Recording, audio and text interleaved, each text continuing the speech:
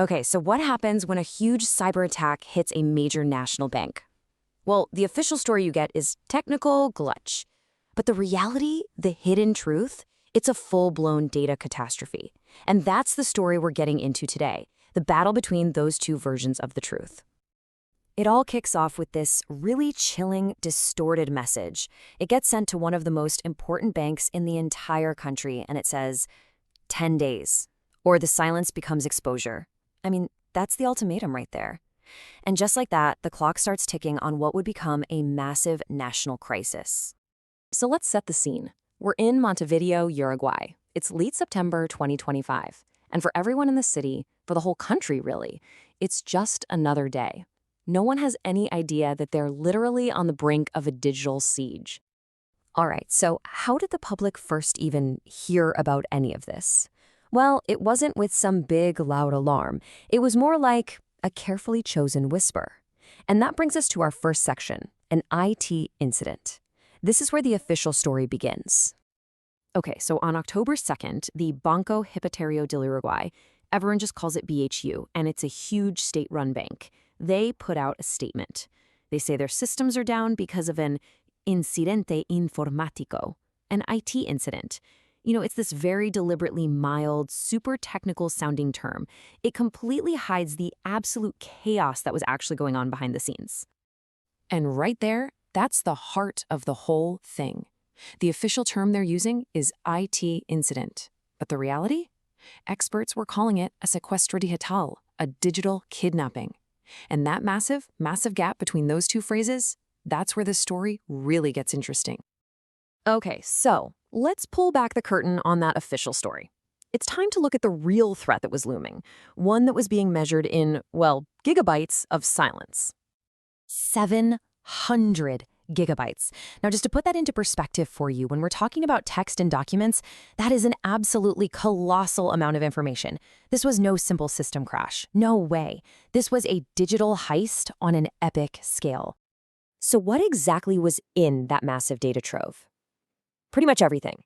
You've got the personal info of over 50,000 clients. You've got accounting records, legal contracts, property documents, credit and risk files. Get this, they even stole the bank's own internal IT security plans. I mean, it was a totally catastrophic breach of trust. And the group behind this whole thing? They called themselves Crypto 24. And these guys weren't your average thieves. They were specialists. Specialists in a particularly nasty tactic known as double extortion. So what is double extortion? Think of it like a brutal 1-2 punch. First, they sneak in and quietly steal all of your most valuable data. That's step one. Then they encrypt all your systems, locking you out completely. So now they can demand a ransom for two different things. One, for the key to unlock your own files, and two, for their promise not to leak all that sensitive data they just stole. It's all about creating maximum leverage. So you've got the official story on one side, and you've got the hacker's threat on the other. But then a third voice enters the picture.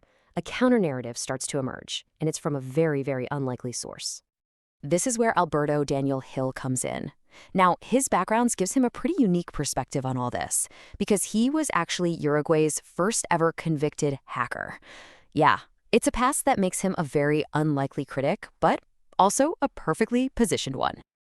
These days, Hill is a well-respected cybersecurity expert, and he started using that expertise to analyze the BHU attack, very publicly.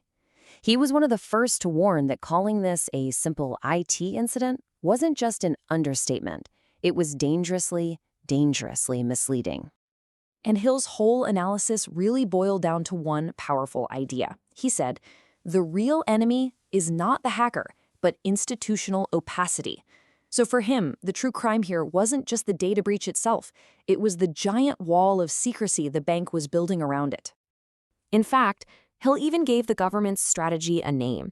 He called it the Protocol of Silence. And he argued that this was a deliberate choice, a choice to protect the institution's image, not the citizens whose data was now completely exposed.